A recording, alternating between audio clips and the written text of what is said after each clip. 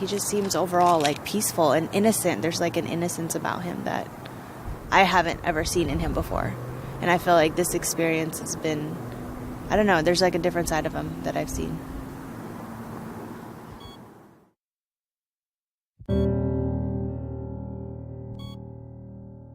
This is my husband, Richard Stilo Vasquez. This picture was taken on June 23rd, 2011, and he's been in the hospital ever since.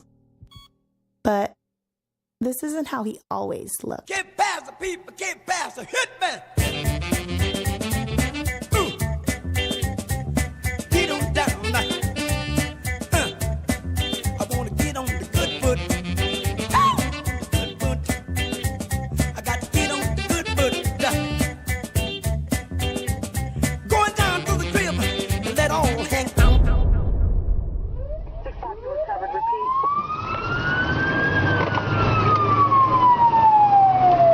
I was actually with Stilo the first time that he had the first rupture where the blood vessel popped. We were training with California. At first he thought he messed up his neck because he was doing a backspin to a headspin. And he just came to me and said, hey man, something's not right because I felt like something popped in my head. And he was thinking it was his neck. So I said, okay, cool, we'll just chill out for a little bit. After about maybe 10 minutes, he comes up to me and says, hey man, can we go outside and pray because I just don't feel good. So I said, cool. We went outside and when nobody was around and we just prayed. Then Sunday, he was sitting in church. It was in the afternoon service, and Stilo went into convulsions. And they diagnosed him with an aneurysm that had ruptured. Those first few nights were just very, I think, tough in every way. I think they were tough physically. I think they were tough even spiritually because I think we were rocked to the very core of what we believe. And I was there chilling. I fell asleep, and then I woke up at 5 or 6 in the morning.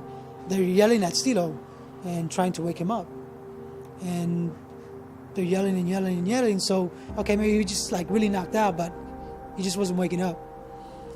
And then 1 minute passed by, and then I started seeing more people come in, doctors come in, and then 5 minutes goes by and he's not waking up.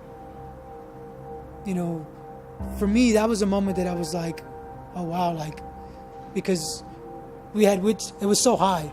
The expectation level for him, coming home was at reach. And to go from there to just seeing your brother not waking up. What happened that Saturday morning, they took those wires out, and half an hour later they could not wake him up. He simply did not wake up. And so for the next several weeks, he was not conscious. He was not able to really respond. They had to feed him now through a tube. They had to breathe for him. All of these things happened as a result of this final hemorrhage. So it became a waiting game. We simply waited and were with him and stayed with him and prayed for him. And there was someone here at all times. There was never, I don't think, an hour where there was someone not either at the UCLA Medical Center or within 2 blocks. You know, you're having to see your friend and you don't know if he's gonna that's the last breath he's gonna take. You don't know if he's gonna be here tomorrow. You know, I guess the faith factor was the biggest thing for us. When we prayed, one of the things that was said, as I'd mentioned before, is see through the eyes of faith. To really look to what God is doing, what God can do, and believe that Stilo is going to not only get better, but he's going to thrive.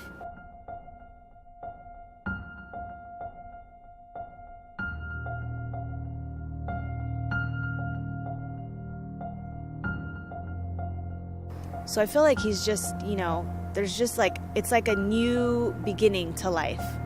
He has a new outlook on life. He's restarted. It's like a button was pushed and he just got to restart.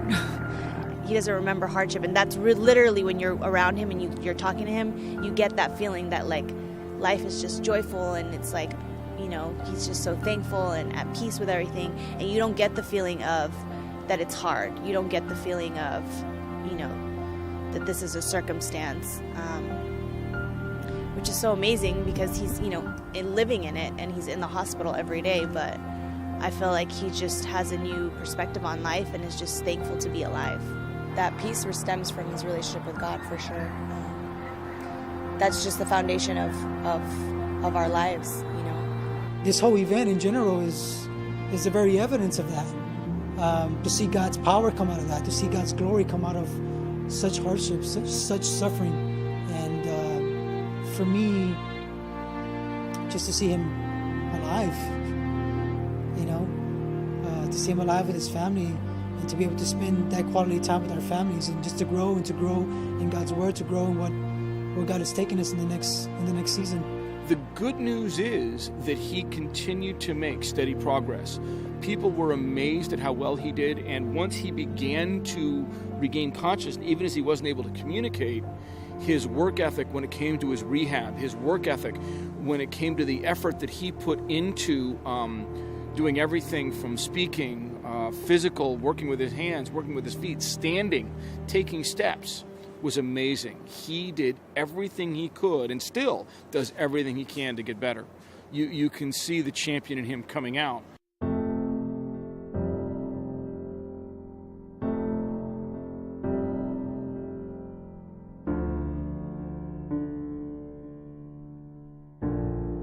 To not have him there, it's hard. It's really hard. But I'm doing it, and I really feel like I'm succeeding at it because of the wife that he has sown into me before this, speaking life into me and encouraging me and building me up and praying over me and covering me in prayer and building me up to be this woman of God, and I feel like it's been a process getting there, and when this has all happened, something clicked that I just finally got it, and I cannot wait until he can experience his better wife.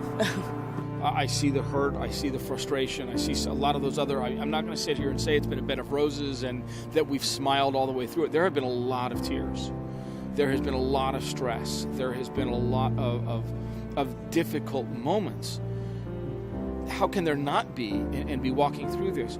But in all of that, what I see is strength growing and strength building. And I see that as a direct result because we all have faith.